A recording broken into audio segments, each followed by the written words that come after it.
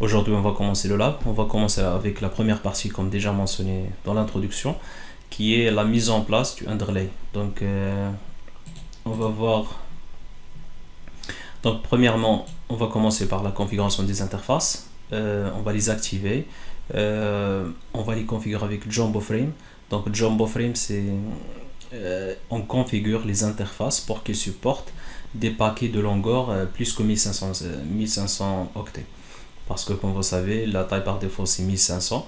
Et avec VXLAN, il ajoute des entêtes, je pense c'est 50 bytes. Et donc c'est pour ça qu'il faut activer obligatoirement le Jumbo Frame. Par la suite, on va configurer l'OSPF. Donc l'underlay, c'est l'interconnexion des équipements au niveau 3. On va donc mettre en place une area 0 pour l'ensemble des équipements. Le type de network, ça doit être point to point, donc pour optimiser les paquets OSPF.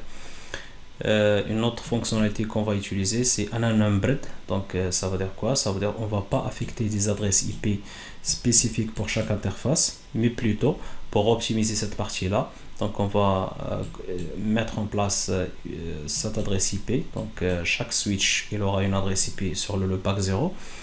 Et donc sur ces interfaces là on va mettre la commande unnumbered. Et donc comme ça il va récupérer ou bien utiliser l'adresse IP déjà configurée pour l'interface loopback 0. Et après on va configurer la partie multicast. On va commencer avec le switch spine. Avec celui-là, on va configurer ces deux interfaces là et on va configurer aussi ce switch leaf. Donc on va accéder interface Ethernet 1/1-2. Donc il n'y a pas la commande interface range, mais plutôt qu'on tape comme ça tiré.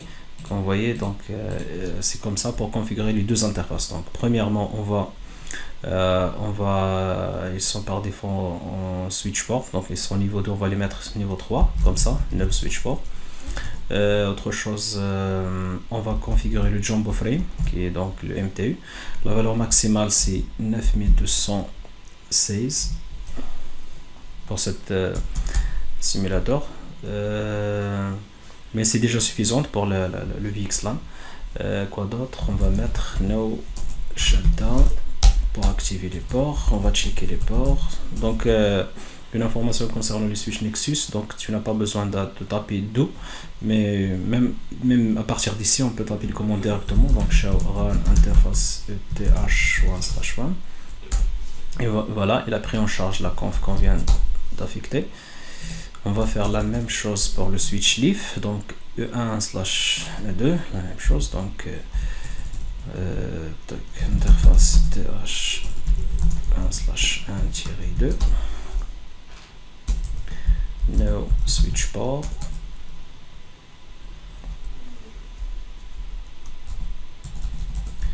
MTU 9216 et puis no shutdown.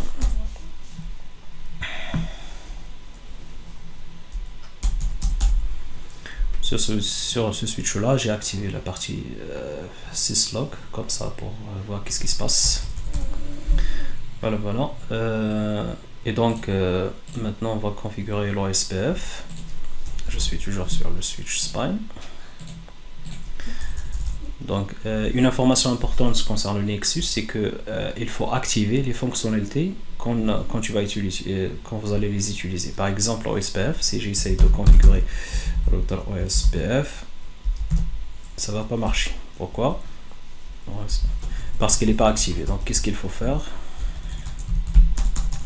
Feature, donc c'est comme ça OSPF, voilà, c'est comme ça que s'active les fonctionnalités en général. Feature OSPF, feature BGP, ainsi de suite. Donc on va configurer OSPF maintenant, routeur OSPF, et là on va lui donner un nom ou bien un ID. Donc c'est mieux de donner un nom, comme ça sera assez significatif. Donc on va l'appeler underlay network.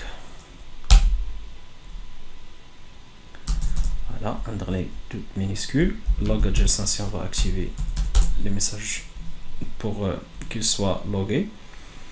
Quoi d'autre? Maintenant on va affecter les interfaces physiques, donc celui-là, E1 et un /E2, on va les mettre membres dans notre OSPF. Donc on va accéder aux interfaces, donc interface Ethernet bien /1/1/2. Déjà d'abord, comme on a dit au début, on va mettre le type de network, c'est medium. Pour optimiser, ça doit être point to point. Quoi d'autre? Donc IP router OSPF, et on va donner le nom qu'on a configuré tout à l'heure, underlay minuscule, underlay-8 network. Juste m'assurer, donc underlay tiré avec le 6,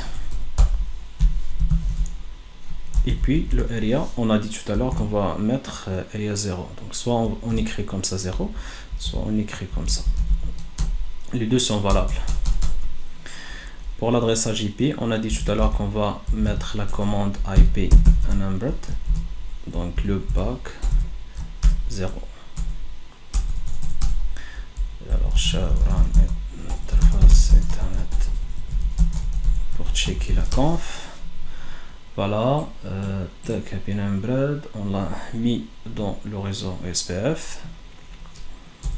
Voilà, c'est tout. Donc qu'est-ce qu'on va faire maintenant? On va configurer l'interface loopback 0. Donc interface loopback 0, IP adresse. On peut lui donner par exemple une description. Loopback IP adresse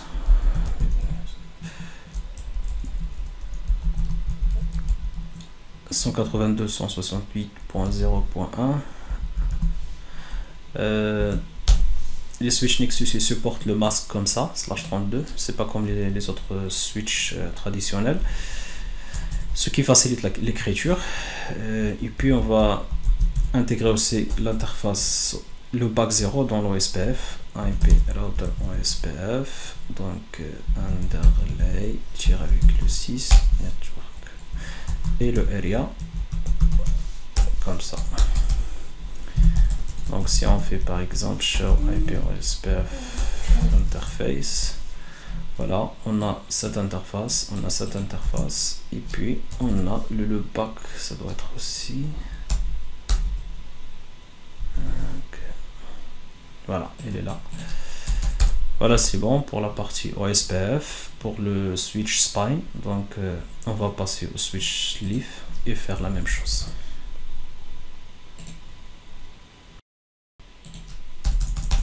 On va continuer exactement de la même chose à ce qu'on a fait sur le switch spine.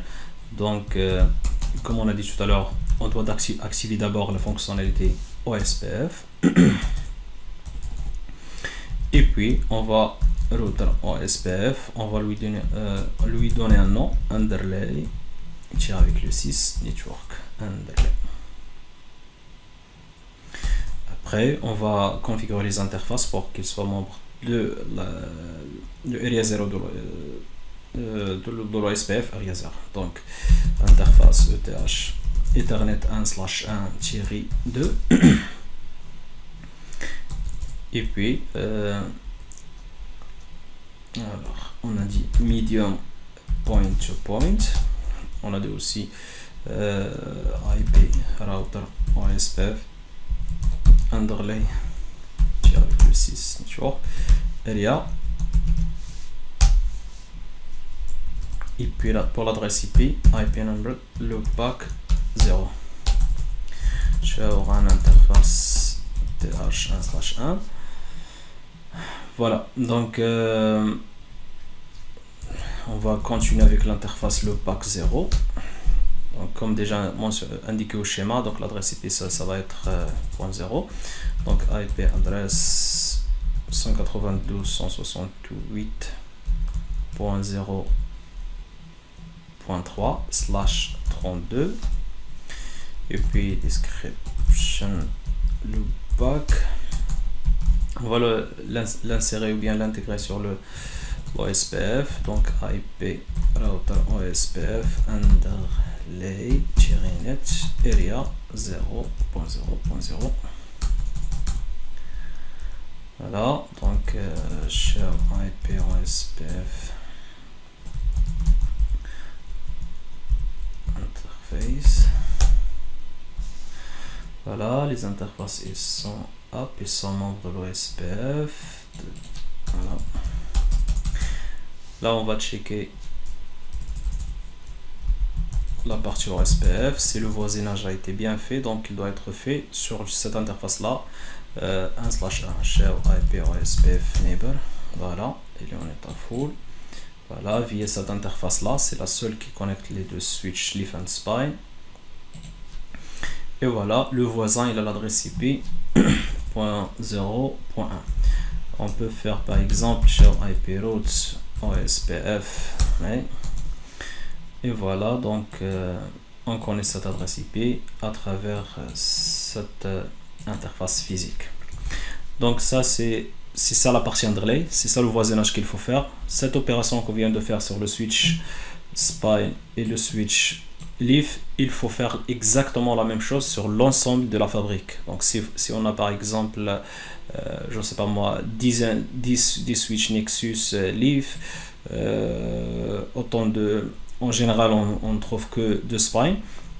Si par exemple le nombre de leaf il est plus que ça, il faut faire exactement la même chose. Donc il faut c'est très optimal la configuration qu'on vient de faire, c'est que on map les ports physiques, il utilise l'interface loopback.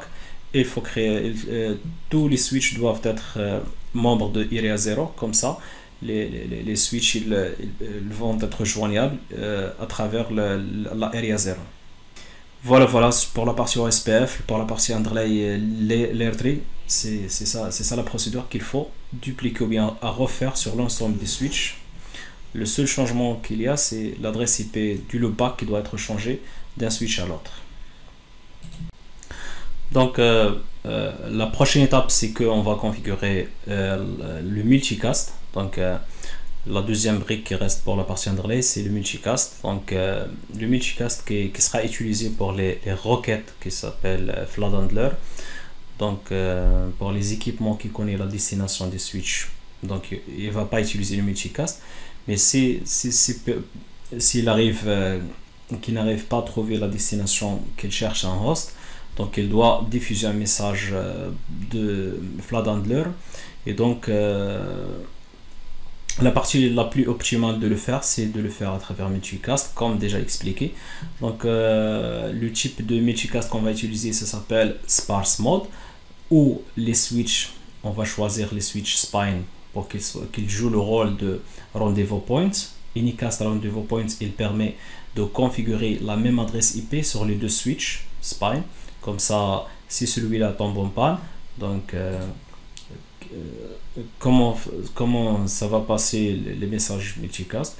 Donc ce switch là, quand il va recevoir une requête vers une destination MAC X, il check sa table. S'il connaît la destination, il envoie une unicast vers la destination, vers le switch de destination. S'il ne connaît pas, dans ce cas, il doit diffuser un message de multicast. À qui il va l'envoyer? C'est par exemple, imaginons qu'on a d'autres switches et nous on connaît que les hosts ils sont connectés juste ici. Donc qu'est-ce qu'il va faire?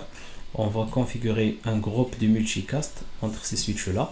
Et donc vu qu'il n'y a pas une connexion directe avec ces switches là, qu'est-ce qu'il va faire? Il va envoyer un message au rendez-vous point, qui est le spine. Donc celui-là il va envoyer juste au switch spine.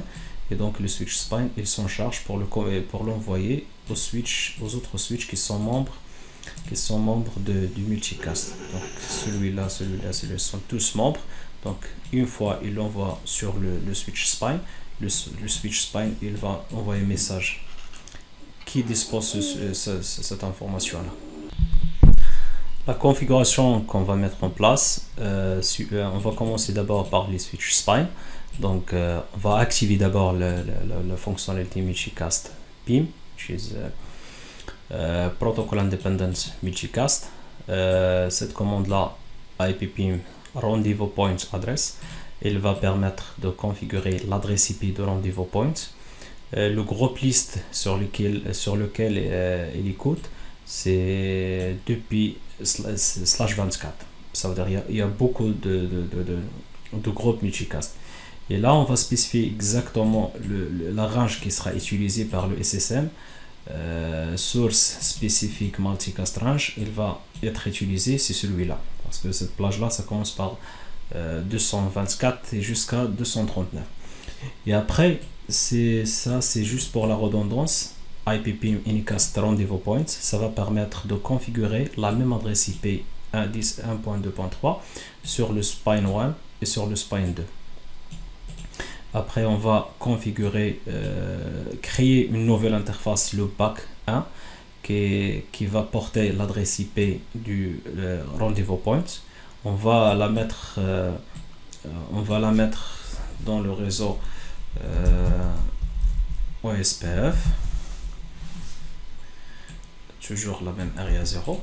Et puis IPPIM sparse mode, ça veut dire il faut écouter et traiter les requêtes du multicast. Ça, c'est la conf qu'il faut faire sur les deux switch spine. Et après, il y a aussi l'interface physique. Donc, c'est ça les interfaces physiques. Donc, on va configurer aussi les interfaces physiques pour quand ils reçoivent des requêtes multicast, ils savent traiter les requêtes multicast. C'est comme par défaut, il n'est pas supporté sur les interfaces. Avec cette commande-là, il commence à traiter les requêtes ou bien les messages multicast. On va faire la même chose sur les switch leaf. Donc c'est sur switch leaf là. L'ensemble des switch leaf qui seront membres du groupe multicast. Donc on va activer d'abord le multicast. On va configurer le groupe multicast et la même chose. Donc le grand groupe puis le spécifique range.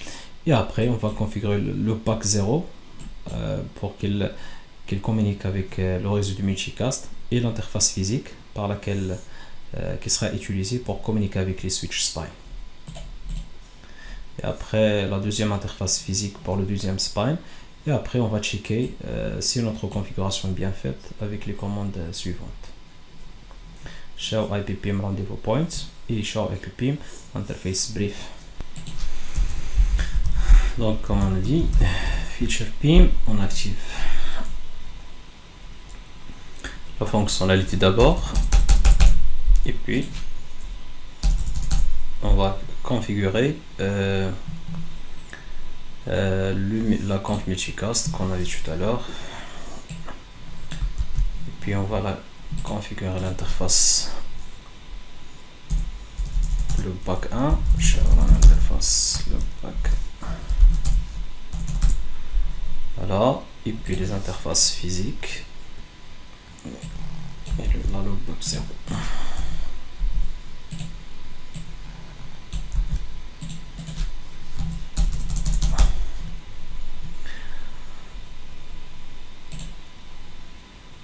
On va passer switch leaf. On va sauvegarder.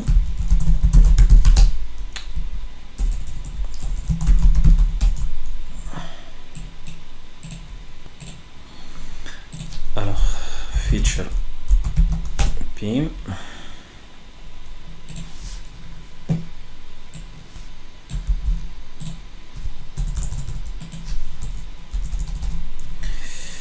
Et puis sur les interfaces, le pack 0 et les interphysiques, on va activer le multicast. Voilà. Alors là on est sur le switch leaf et donc on va effectuer des commandes de vérification, donc comme show IPPIM interface brief. Alors on voit bien nos interfaces et on voit bien, si vous voyez, c'est le PIM DR address which is ce qui est designated router, donc il n'est pas prioritaire, donc ça veut dire qu'il est comme il est en backup. Donc neighbor counts, là on a un voisin, là on a un voisin, parce que je suis sur le switch leaf, c'est celui-là. Donc 1.1 c'est le switch spine 1 et le 1.2 c'est le switch spine et l'interface 1/2 c'est le spine 2. Et puis on a show IP pim rendez-vous point. Donc on voit bien que c'est l'adresse IP, c'est là. Elle est uptime, comme pour combien de temps il est up. Voilà. On va checker sur le switch spine. Et donc on voit bien le switch, notre switch leaf, il est en voisin. Et si on fait show IP pim rendez-vous point, on voit bien qu'il a activé la fonctionnalité unicast rendez-vous points. Il est configuré sur le switch spine 1 et le switch spine 2 et celui-là qui est utilisé. Quoi d'autre? L'uptime. Et puis voilà. Donc c'est bon. Le multicast est bien configuré entre le switch Nexus de la fabrique IP. Comme ça, on a fini la configuration du underlay qui est composée de la configuration des interfaces de la partie OSPF et quoi d'autre, et aussi donc le multicast. Share IP OSPF enable. Ça c'est notre voisin. C'est un fichier IP route OSPF network. Donc on a ce voisin là et le switch spine 2, il le voit à travers le switch, ce switch leaf là. L'adresse IP 0.2 elle est celle-là. Il le voit à travers 0.3. Donc c'est comme ça. Et donc c'est ça le final ou bien la finalité de l'underlay, c'est la joignabilité ou bien la reachability des équipements à travers niveau 3, à travers le SPF.